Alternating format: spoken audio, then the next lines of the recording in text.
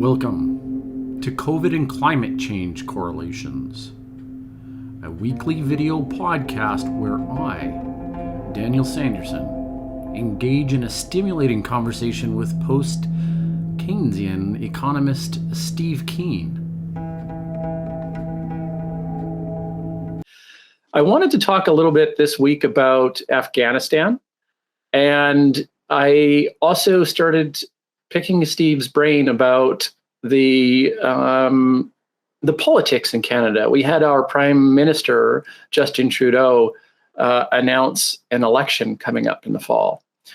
And the policy for climate change is ubiquitous across party lines. And I had mentioned to Steve, I said, it's like a veil has been lifted from my perception. Thanks to Steve, I understand that the threat of climate change is very real. I think everybody understands that. But the contamination at play, I think, with the politicians is something that has been informed by the economists. And without that underpinning information from Steve, it's now like the dots are kind of being connected. Does that resonate, Steve, at all? Like, yeah, I mean, as I've told you, I've been criticizing neoclassical economics for 50 years now. This is the 50th anniversary of me becoming a critic of mainstream economics in first year at university when I was 18. And in that entire time, I've never read anything as bad as the garbage that neoclassicals pump out on climate change. And the point that's just come back to my mind this morning is that there was a criticism of the teaching mechanisms or methods for economics written about 20 years ago by a number of prominent economists, slightly to the left of the usual change. One of them was David Colander. Now, I'm going to search and see if I can find it while we talk. But he talked about how the training methods, particularly, of course, in America, the training method for American economists was likely to turn out a bunch of idiot savants who were great at manipulating the models and completely divorced from the real world. Well, I've never seen a greater bunch of idiot savants than the people who are getting active in climate change. And I've just seen another example of this last week, which just, if I wasn't already flabbergasted with this lot to take my breath away, somebody who's had a bit of a track record for being more of a realist, this is Jono Wagner, who's a follower from the work of Weizmann and actually talks about tipping points. You know, one of the things I've criticized the neoclassicals for is not including tipping points in their models. Well, they can now say we've done it. Look at what Werner and Dietz and Wagner have done. Well, I have looked at what Dietz and Wagner have done, and it's the same fucking shit. And pardon me, there's no other way I'm just so disgusted with this lot. And yet what's going to happen is when anybody challenges the proposals by more radical groups and says, oh, look, you're not taking account tipping points. Oh, yes, we are. We're using Dietz and Wagner 2021, and that covers tipping points. So we're done. Aren't we great? Well, you know, I'll elaborate on that as we talk about Afghanistan as well. But the way that they've included tipping points is by changing the quadratic that is used by Nordhaus to another quadratic.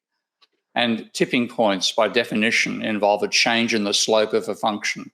Now, when you have a quadratic, if it's y equals ax squared, where y is the damage to the economy and x is the temperature, then the slope of that is 2 times a times x. It's a straight bloody line. It never changes. And yet that's what they've done to include tipping points. They're including a change in the slope of the damage function by having a function with no change in its slope. And this is just typical of this lot. Well, I'm surprised that no one calls them out. Since peer review is the name of the game, you would think that someone would make a name for themselves by correcting someone on an interview on a news station. That's not what happens in economics. Peer review in economics is being validated by your peers. And they fall over themselves to approve stuff like this. And what they look for is really how technically complicated your work is. So make an outrageous assumption and then build a crystal castle on top of it. That's the name of the game in economics. And this particular paper is a classic example of that. It's incredibly complicated econometrics, all sorts of things incorporated in terms of, they've got 7 different tipping points they look at, each calibrated, each estimated its impact on the social cost of carbon. They cover interactions between them all. And what does it come down to? 6-degree increase in temperature, the damage caused by adding tipping points to not having tipping points is another 1.4% fall in GDP. And I love this, the level at which GDP disappears is I've got to get this right, it's very precise, a 17.68 degrees increase, Celsius, increase in temperature over pre-industrial levels. What? Yes, exactly. 17.68 degrees Celsius. Not 0.67, not 0.69, 17 degrees. I mean, we'd be melted. Absolutely. There'd be no life left on the planet. The only life we'd have left would be thermophiles. That'd be it. And yet, if you look at like even a more outrageous level, like a 10-degree increase in temperature, that would reduce GDP by 32% over what it would be in the absence of climate change, including tipping points. And this is the sort of crap they pump out, and you look at it saying, don't even you realize how absurd this is? If your methods are returning numbers like this, there's something wrong with your methods. But no, they keep on going. Let me change the theme here just slightly. I'm curious what you would think about a couple terms. One is the Thomas Kuhn of a paradigm shift, and also with the idea that, I mean, you're a self-identified contrarian. I mean, that's what it is. You're a contrarian. Now, if what you bring into light with your contrarian types of positions into the mainstream, if it becomes mainstream, are we witnessing a paradigm shift from your work? Oh, absolutely. If I manage to have my approach to economics become the dominant, then that would be a classic paradigm shift, because just as a few points, my analysis is monetary, theirs is barter based. Mine is non-equilibrium, far from equilibrium. There is equilibrium fixated. They have no role for the physical world in their production systems. They literally, and most of the time, they're using what's called a Cobb-Douglas production function, where output is used by combining labour and capital alone. No need for any energy input, no need for any materials input. Mine is fundamentally biophysically related. So without any energy input, you have zero output. So yes, it'll be a paradigm shift. But the trouble is, a paradigm shift in a standard science, this is one of the things that Kuhn emphasizes, comes about, and this comes from Max Planck's observations as well, not because the current paradigm is proven to be wrong to the current practitioners who then change their approach to a new way, but they can never get their heads around the new way. And you've got to wait for them to die, retire and die, and be replaced by people who do accept the new paradigm. That doesn't happen in economics. His quote is a little bit more elegant, but I know the quote. Scott and I have a question regarding the melting planet scenario. Yeah. Wouldn't you think that the smart, pro-social ruling class members would try to tame or domesticate the short-term profit, world-destroying idiots and say, hey, I mean, you have a good mafia ethics. Don't you want your descendants to have a good environment? Yeah. Isn't it worth a decrease in short-term profits to make sure that your selfish DNA descendants, they'll benefit from a planet that's not melted? Don't you think? So why not these like Democrat-leaning pro-socialist capitalists, the ones that realize that you can't totally immiserate the working class and destroy the planet because there'll be problems like revolution and so on? Why don't can't they manage these petroleum, whoever it is that are funding these propagandists disguised as the economists that are saying it's okay? You don't need to fund these bastards. They self-fund. That's one of my points. They're not paid to come up with this crap. They believe it in the first place. So it isn't so much funding, it's removing the funding structures from them that would matter. But yeah, I take your point. I mean, there will have to be members of the ruling elite, and you might regard Elon Musk as a sort of example of that. Anybody who's thinking we've got to do something to avoid extinction. And at the moment, of course, the only people are doing that are looking at getting off the planet. If you instead had a bunch saying, we've got to stay, well, no, if we're going to survive as a species, we do have to get off planet, frankly. There's no way we can sustain an advanced civilization without destroying the biosphere. We've proven that already. The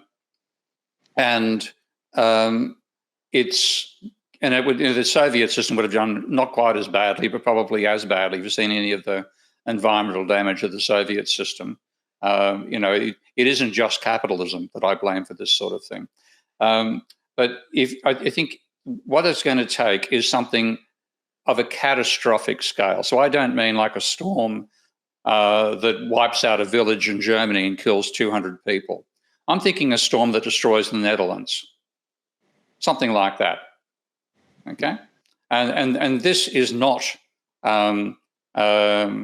unfortunately, it's a hyperbolic statement right now, but it wouldn't take a hyperbolic outcome to occur, in the sense that we know that one of the things that's also been scaring me recently is the decline in the strength of what's called the AMOC, the Atlantic Meridional Overtaking Circulation, which most people know as the Gulf Stream.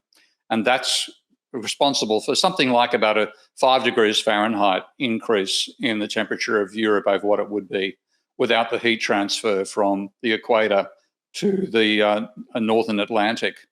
And that is weakening substantially and very rapidly, and it's scaring some of the scientists who thought it wouldn't actually happen until we hit about 3 degrees warming and sometime next century. They're now saying, well, it's happening, it could be happening now and it could stop. According to The Economist, that would improve the GDP. Okay? I'm not joking. That's in Richard Toll's paper. Do they have an argument for that? Yeah, simple. This is what throws me about this bunch. As a debating tactic, it's like the smarmiest, most irritating bunch of ruling class twerps you can imagine making in a case for a debate. First of all, they say that you can use today's temperature and GDP relationship to predict the impact of climate change. Okay? So, Florida's 20% poorer than Maryland, and the temperature difference is 10 degrees. So a 10-degree increase in temperature will reduce GDP by 20%. And in fact, I'll give Gounod credit. He says a 10-degree would reduce it by 32%. That's actually a bit better. And what they're really saying fundamentally is temperature is a trivial determinant of income now. Therefore, they're saying the temperature will be a trivial determinant of income in the future. But then they make up models. They make up models where temperature is the only thing that changes GDP in the future relative to what it would be without. Okay, it is a terribly bad intellectual argument, but that's what they do. So you're saying that they'll look at temperature change, but it'll only factor into something like, well, it'll be a sunnier, warmer climate, so actually workers will be more productive because they won't be spending so much time bundling up and all this. Is that? That's partially. In the case of what they say in the case of warming in general, is that warming will reduce the GDP overall, and because the AMOC will reduce the temperature, that will counteract the overall effect of climate change. So losing AMOC will mean that there's a smaller change in temperature than it'd otherwise be for Europe, and therefore, because Europe's a major production basis for the planet, a major source of planetary GDP, therefore losing the AMOC will reduce the damages from climate change. I got to put my hand up. I got to put my hand up here and say, am I missing something, that there's a difference between temperature change and climate? Is that a point? No, there's a major difference. The temperature is only one of the many manifestations. Some of the storms you've seen this year.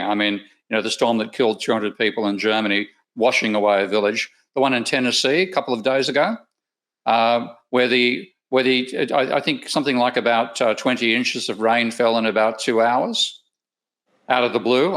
There was no warning for it because it was a small storm. It didn't even turn up in the weather models. Equally also, you have a change in the distribution of temperature. So, and this is what throws me about these guys. They're treating it, and this is a weather economist, Daniel Swain, meteorologist, made this point in replying to Toll. He said, you simply can't treat climate change as just adding a set number of degrees of temperature everywhere.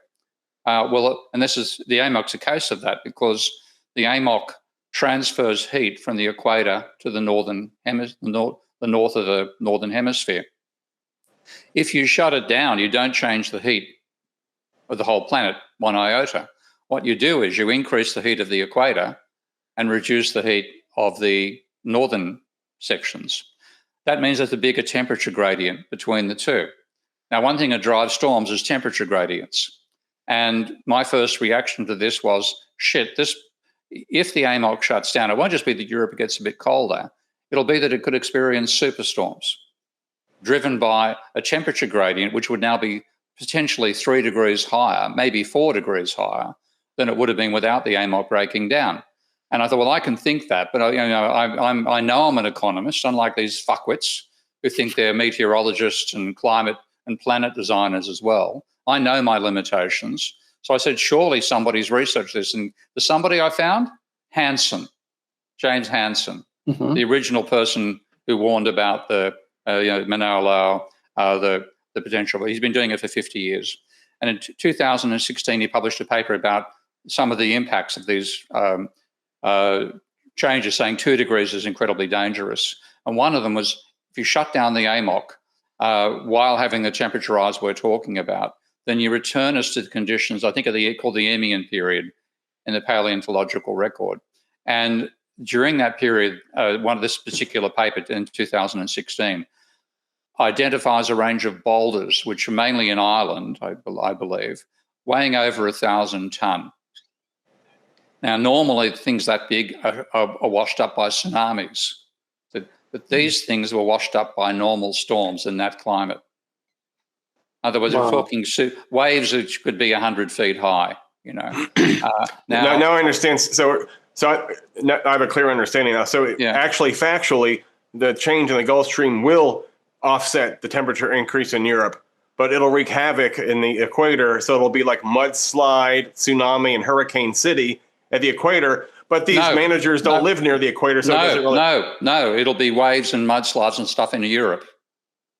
Okay, because when you look at it, the temperature increase around the equator, I mean, the equator's increased less than most of the rest of the planet. When you look at where the extreme changes in temperature, the increase in temperatures come, it's mainly been the northern regions. So if you do it like a straight line from 0 to 90 degrees of the temperature change, and the average so far is about a 1 degree across the whole planet, between 1 and 1.5 degrees, then you might find it's about 0.75 or 0.5 at the equator and 2 degrees at the pole. Now, what this is going to do is tip it back a bit the other way, but with an added global temperature as well. So you might find that the sort of 0.5 at the equator becomes 1. The pole could still be massively positive, okay, the polar regions, but the subpolar, the 30 to 60 degree range, that's what is affected largely by the AMOC. Now that could dip, so you could actually have like a parabola in terms of temperature changes. You'd have like 1 or 2 degrees at the equator, maybe 0 or -1 degrees, and it is only just for sake of illustration, at the 30 to 60 degrees, and then 5 or 10 at the pole. So what you're going to get, this is an enormous temperature gradient either side of the 30 to 60 range, and that implies energy transfer from the equator to the subpolar and above tropical levels. And it could. I'm banking. It's one reason I'm staying in Thailand. Okay, I'm banking on the worst impacts of this occurring in the 30 to 60 degree region. And if that does mean superstorms, then quite possibly we could talk storms which would be large enough to flatten any system of dikes, including the ones that currently protect my house in Amsterdam, 3 meters below sea level. Okay, and if we get storms like that coming along, then we could have an event, and this is just a hypothetical, where a superstorm wipes out Benelux, the lowlands. 20, 30 million people die in one storm. that would wake up your realistic capitalist who wants to pass on the mafia cup to his subsequent generations. But I don't think anything less than that's going to do it. I think we'll continue fumbling on, believing this nonsense, hoping, wishing to believe it too, until something like it happens, and then we'll wake up.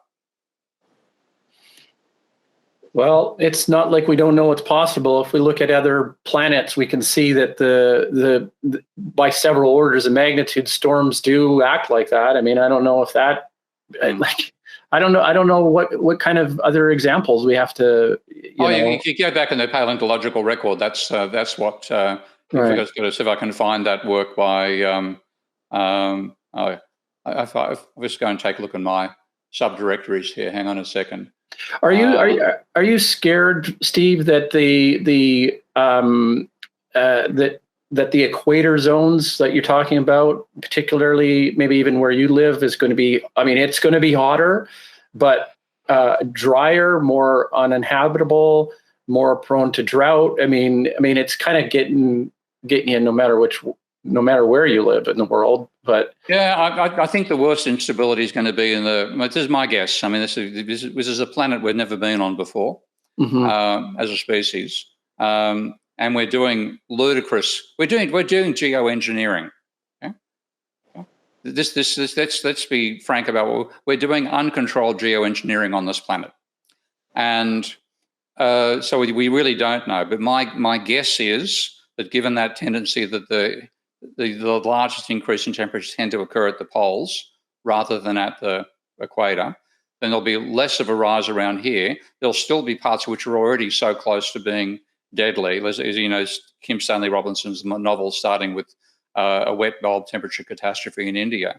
But the thing is, the extreme changes could well be in the 30 to 60 band, and certainly in the interface between the temperate zone and the polar, and the sort of the heat dome stuff we've seen so far, and I think also once it starts happening, we're going to go into even more geoengineering. There'll be rogue. Even if you don't have agreements, there'll be rogue attempts to reverse the damage we're doing, sulfur dioxide seeding and that sort of stuff. And overall, I think I'm safer here than I am in Europe. Well, here's a silly question. How do you motivate a large industrial country like China to join the carbon tax idea? I'm no great fan of carbon tax. You have to motivate them to get off coal. That's what you mean, and get off fossil fuels. And again, a catastrophe of that scale is the sort of thing you need. So if you look at the Yangtze River, ever been to Beijing? To Shanghai? Shanghai is on a tributary of the Yangtze. Okay? I think it was called the Bund, and the Bund is about half a kilometre wide most of the way through Shanghai. The Yangtze at that scale is about 20 kilometres wide on the other side. Now, if you had one of these superstorms hitting parts of the Yangtze further up, particularly, and we also have seen a storm like that in China. Of course, that was about 6 weeks ago. If that storm is so bad that it destroys a mega city, and we talk, China has 3 scales of cities. I think it's below 2 million, 2 to 10, and 10 plus. So you could take out a city of 10 million with one of these Greek storms. And if that happened, then the Chinese leadership would flip instantly. And because they've got a central command system in that country, they could instantly say, right, we're going off carbon. So I frankly have more expectation of significant change in China than I've got in any so-called Western democratic country. Yeah, there is somebody who talks about collapse, global economic collapse. I'll bring his name up, but he's part of the Consilience Project, and he talks about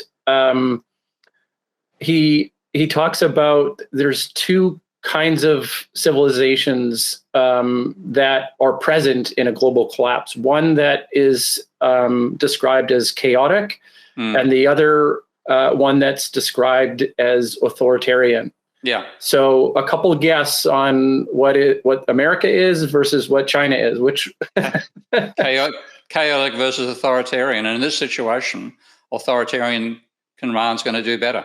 Well, that's his point. He said time and time again through history, the authoritarian in collapse has done better.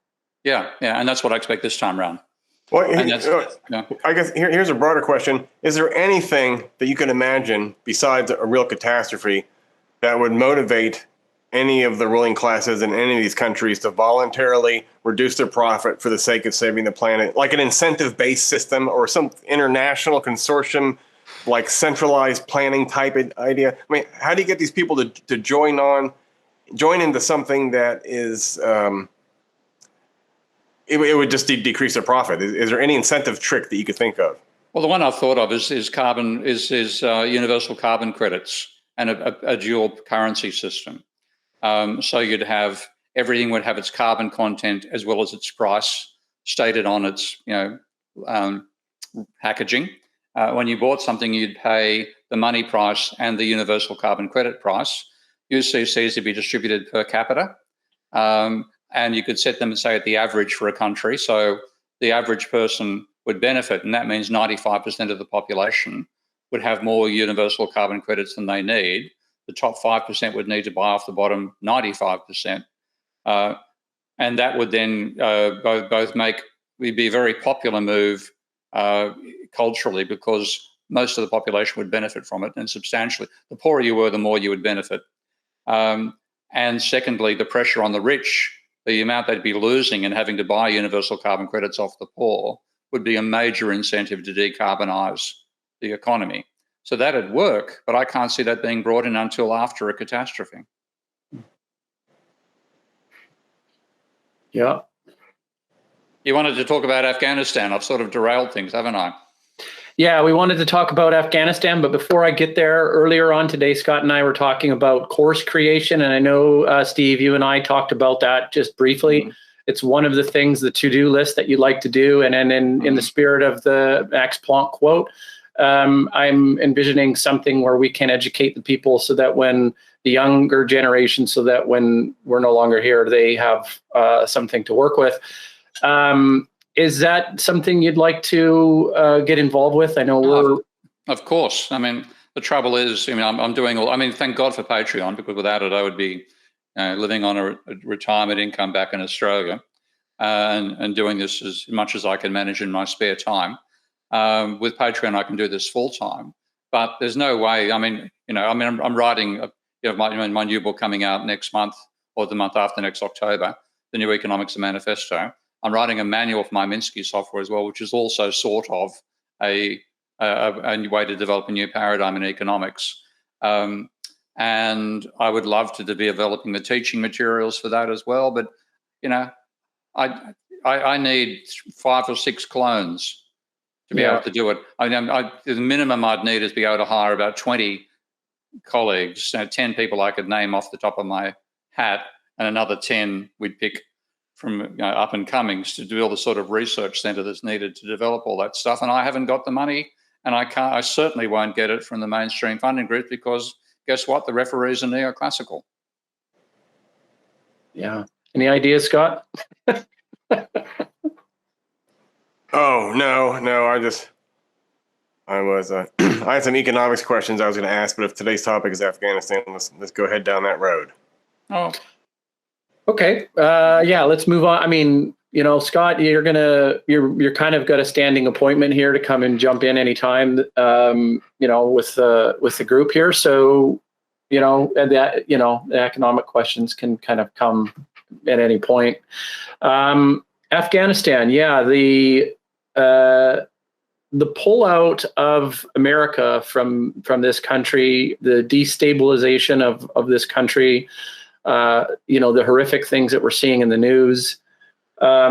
Steve, what are your thoughts about, this being the first of a destabilization that may send messages to other countries that, America's not that, policing country anymore, and maybe China may feel like extending its borders, or any other country for that matter? Oh, I think this should have happened back with Vietnam. What did America learn out of Vietnam? Bugger all. You still had the belief they could project their power anywhere and intervene anywhere and blow things up without building replacements, and the world would be a better place.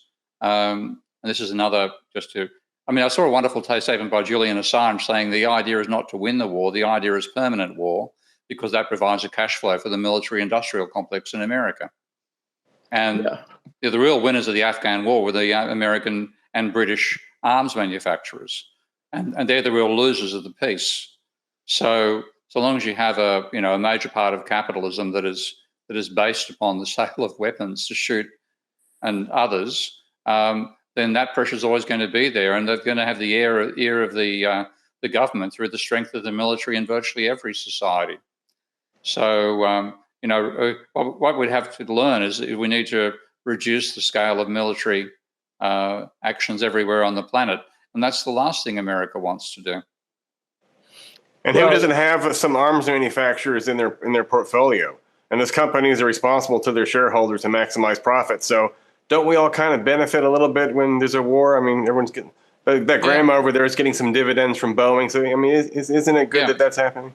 Yeah, and that's the trouble. I mean, we are so far removed from that conflict, and the whole idea. I mean, the whole idea of going to Afghanistan is sort of every country that's tried to defeat Afghanistan has walked away with its tail between its legs. From and not just the Russians are the most obvious recent example, and the Americans helped undermine the Russian invasion. But the Mujahideen, apparently the Afghan national anthem has 14 tribal names in it. So I saw today. It's a tribal system, and people have incredible loyalty to their tribe. And frequently that comes with incredible animosity to other tribes. So to hold it together, even as a nation state, is an achievement. I think we can go into that and subjugate and turn into a bunch of nice little Western, middle-class consumer types. It's just ludicrous. That's right. Americans can't understand why anyone wouldn't want to have the luxury of taking Prozac and watching sitcoms every day. That's the most fulfilling experience you could possibly have. I know. I mean, trouble is America doesn't get out enough. The Americans, their capacity to think they live in the best country in the world is a bit of a laugh from my point of view. Unfortunately, it's an expensive laugh for the rest of the world. But you'd hope they're going to learn. But of course, what's going to come out is different tactics and different weapon systems and that sort of thing. I don't think there'll be any long-term learning while you still have the same basic power structure in position in America. I wanted to. Now this is a bit of an awkward. It's a bit of an awkward framing and question, though, Steve. I think that there's a direction from the left. If we're gonna frame this from a left and a right, conservative versus Democrat sort of perspective.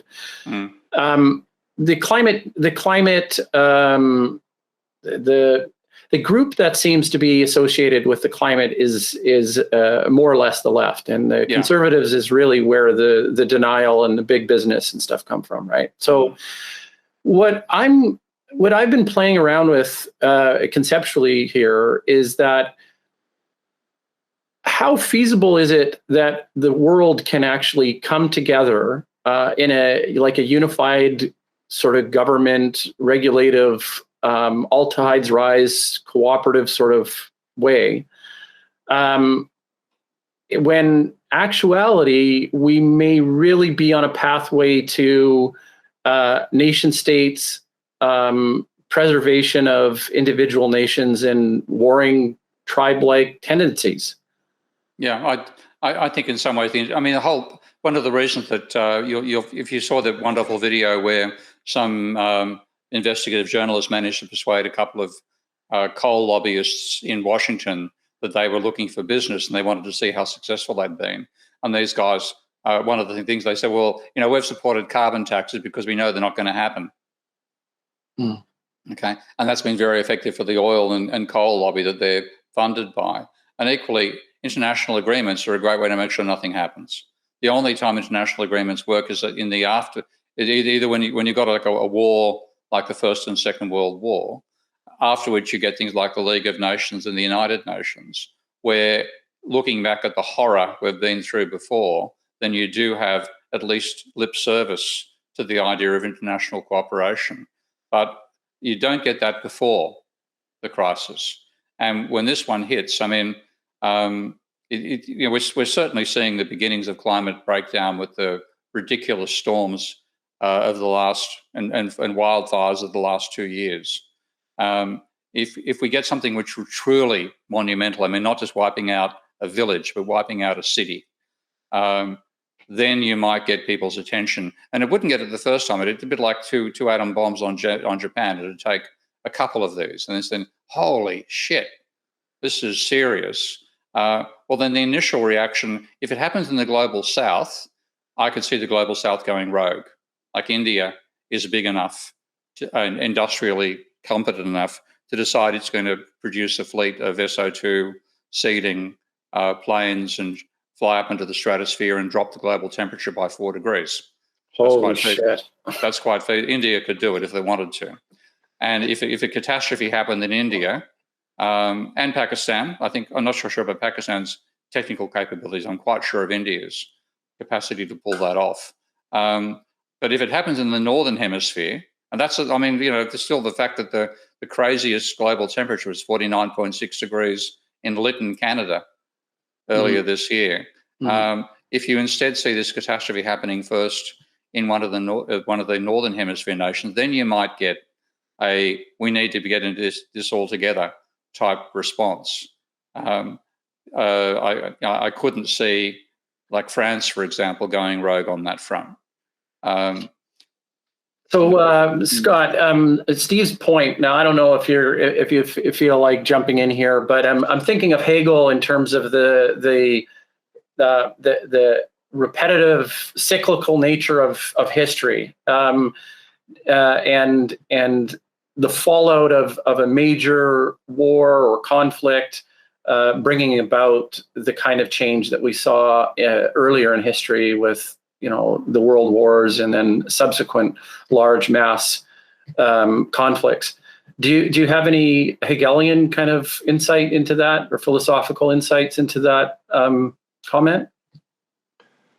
No, but I got excited about this idea of 100 wars in 100 years. America is always trying to start wars over anything just to be able to give money to their contractors and in the military industrial complex.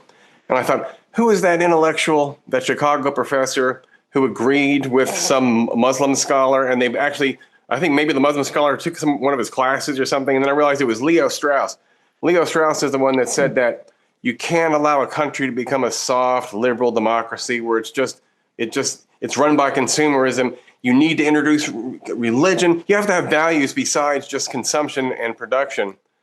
And so for him, it was religion. I mean, even though he recognized it as bullshit, factually it's bullshit, but you need to give people like noble values or heroic values or even pro-social values, because you're not going to get it from a system that just where the only reward is consumption and the only loss is production. So your work is alienating and then buying is depressing.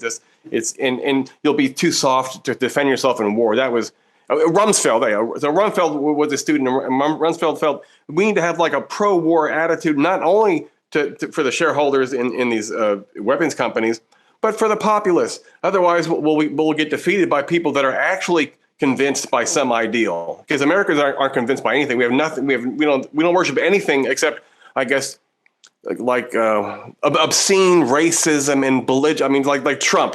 We'll worship like disgusting blobs. It's like because we love a good con, and Americans are crazy. But for the rest of the planet, don't they need something besides comfort? And so it was just, I guess I got lost on this Leo Strauss thing. So Steve, do you have any ideas about, speaking of I guess, I don't know, social engineering, or I mean, certainly as rational agents should be involved in the education of their children. I mean, shouldn't we be inculcating something besides soft self-pleasuring and in economics, they talk about maximizing self-interest. So we're self-interest maximizers. We're buying to maximize. So it's all selfish and boring. And so that's why you have these rich white girls that are running off to Syria to get married to the Mujahideen, because they're so excited about the idea that anyone in the world believes in anything. So, yeah, I mean, if I had to think of an idea, we do have to have a belief system that trumps, pardon the pun, consumerism. It trumps us exploiting the resources of the planet. And look at nativist religions that have some sense of us being subservient to nature and also custodians of nature. What I see in what I read occasionally of American Indian mythology and philosophy, that is the sort of attitude you need. Buddhist is also relatively similar, though Buddhism is, a lot of Buddhist countries down here which are quite, like in Asia, Thailand being one, that are just wiping out the local environment to expand production because you're fighting away from poverty. But you need to get an attitude where we regard ourselves as custodians of life.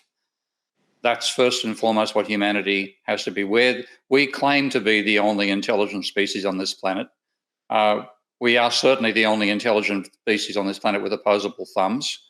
And so we can then, construct the world we've built around us.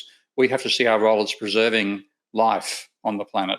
We're going to have to put caps. We're going to have to put caps on the nature of advertising, because it does occur to me that marketing is what creates like the self-pleasuring ideal. So you deserve this, you want this, you deserve this, and they're trying to create neediness and incompleteness and sickness so that you can consume things.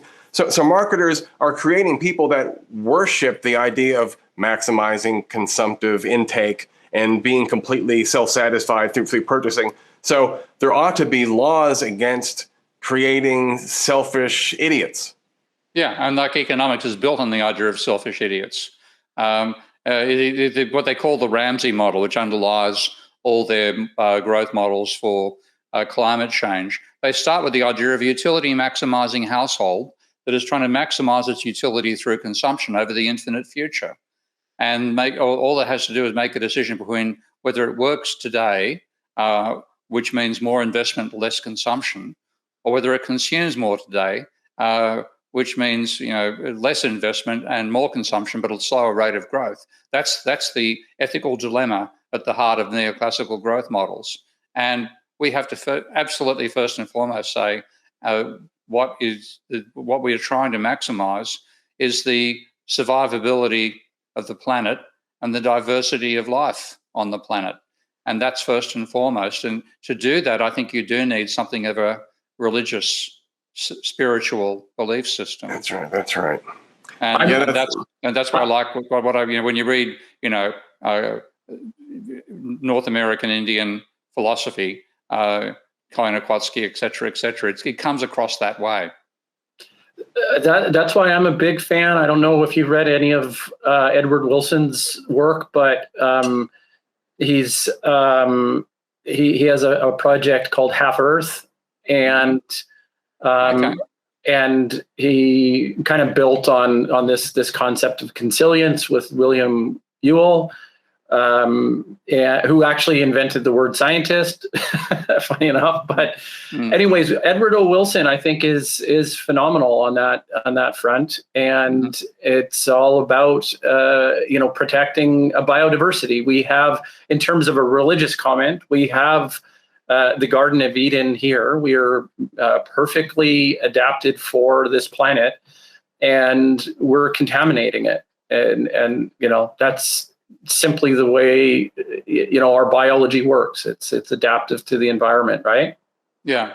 This I'm just showing my screen at the moment just to make that point. I mean, I'm aware of Wilson's work. I wasn't aware he's done that. I think this is exactly what we need, and maybe even like Half Earth is at least being a feasible, realistic initial target for us. I think we might actually aim for 20% Earth and leave the other 80% for wild species.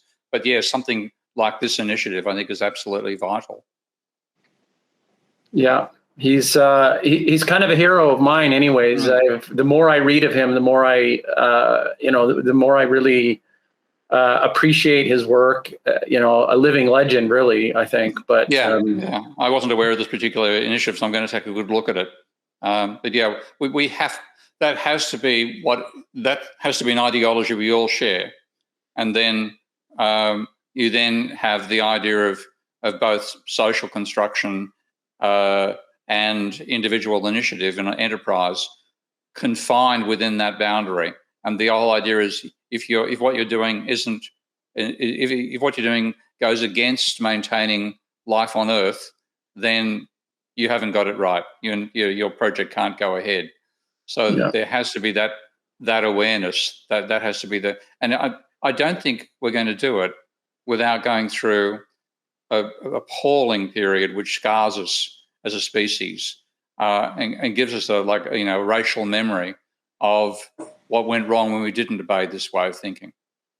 And that's it's going to be hard to create this mindset in people that are just in business school and that are completely cynical, like these American politicians. God, what's his name? Matt Gaetz from Florida. Like what a scumbag. But I was thinking, we pronounce that geek. Yeah, geek. Yeah, okay. So, the Beatles were asked this question, and they thought that the only real feasible practical solution is to put LSD in the water supply.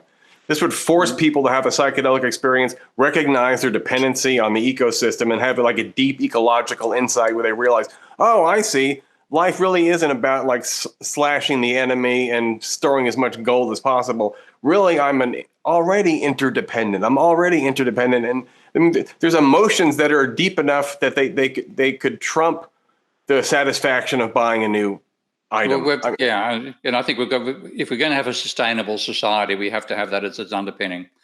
And the trouble is, I don't think we're not going to get there by, again, this is like a paradigm shift, but now we're talking in terms of human philosophy. We're not going to have people who are currently promoting, go for growth, industrialization, development as the focus. That if there's any religion right now in the humanity species, that's it. They're not going to say, oh dear, we got that wrong. We've got to go back for sustainability and keeping life alive.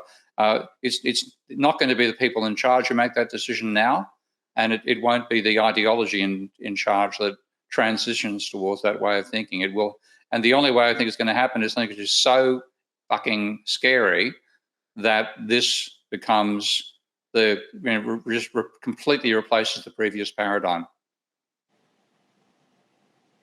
Yeah, like the fall of Rome, right? I mean, there was so much, civil progress, relatively speaking, and it had to be all ripped down. It had to be all dismantled, and we had to go backwards. If we're putting a direction on it.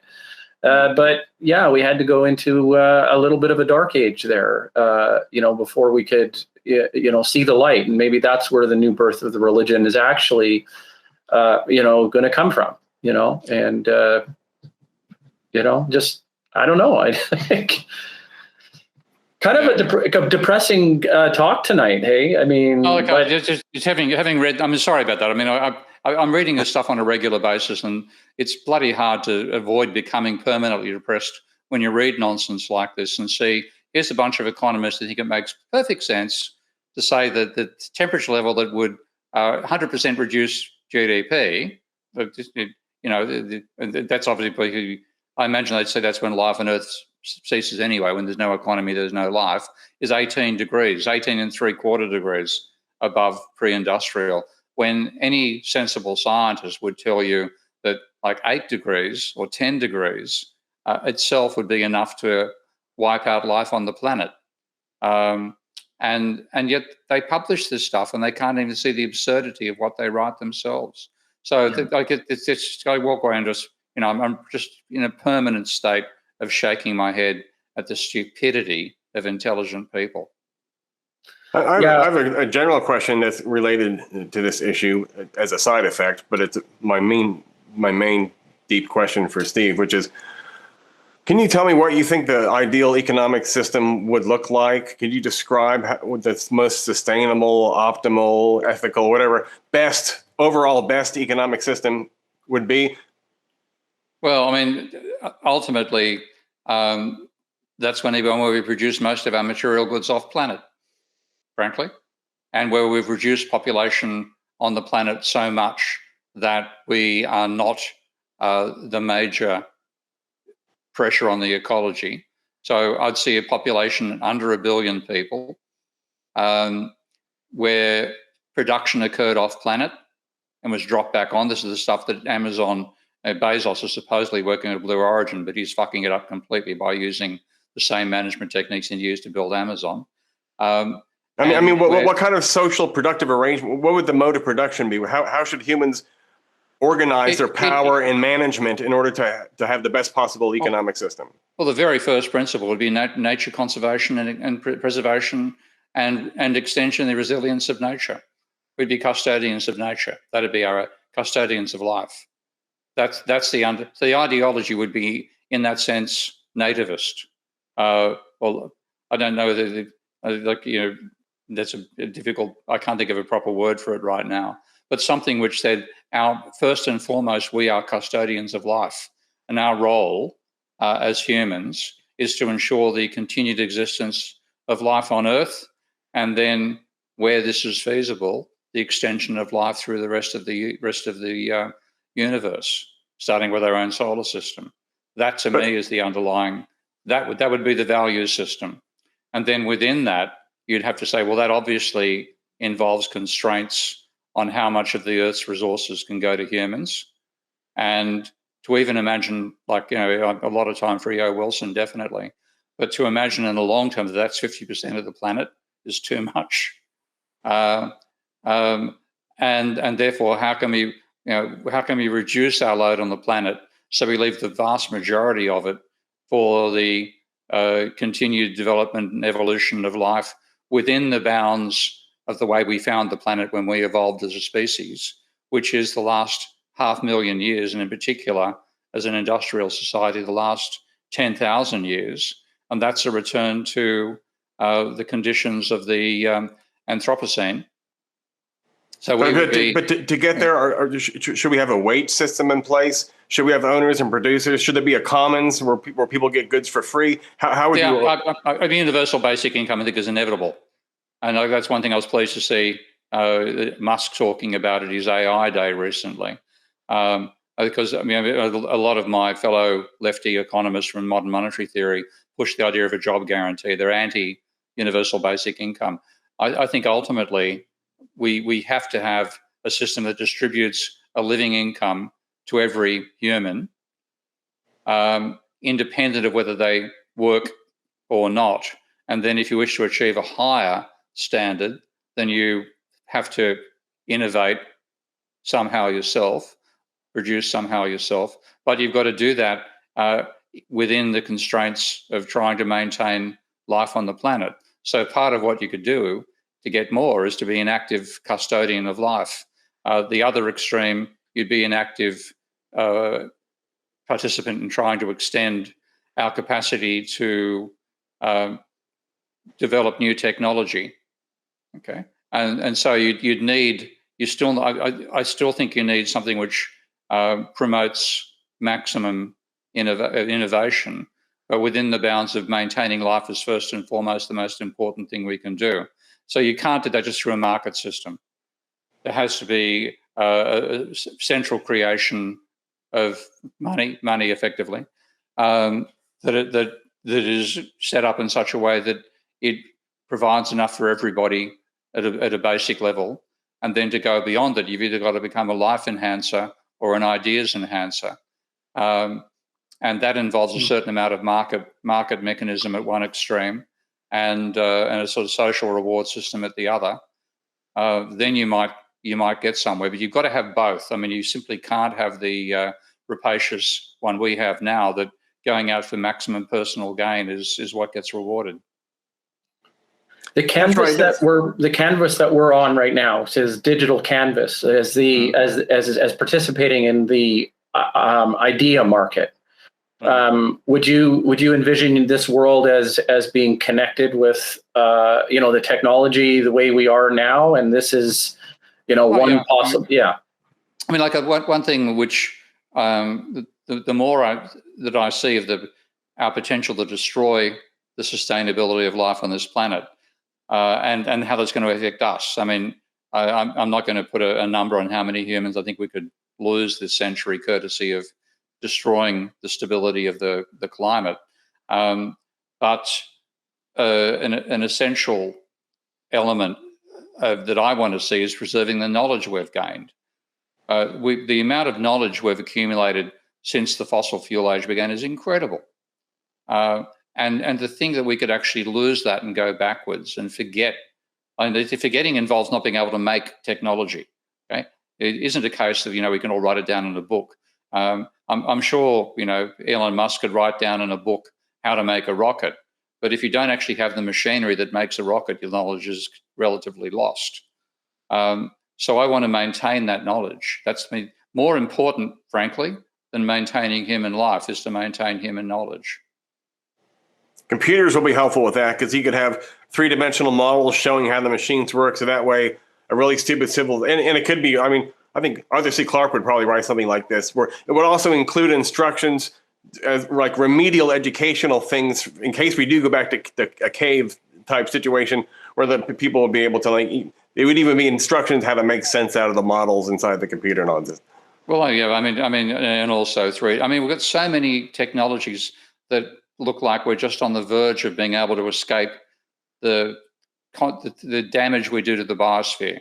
If we were 30 or 40 years further down the track now in terms of rocket technology and manufacturing technology, then we quite possibly could have robots in space mining asteroids, sending products back to the Earth, maybe using balloons to drop it down so you don't, not dumping any more carbon into the atmosphere. Population restraint, so we have a falling population over time. We're so close. At the same time, we're so close to wiping ourselves out and taking a large number of the species on the planet with us. It's it all feels like bloody the last 5 minutes of an episode of Star Trek, where it's either total annihilation or bang, we get through and it's time for the next episode. I'm just not too optimistic that we're going to, every Star Trek ends with a happy ending. No guarantee that's going to happen with us.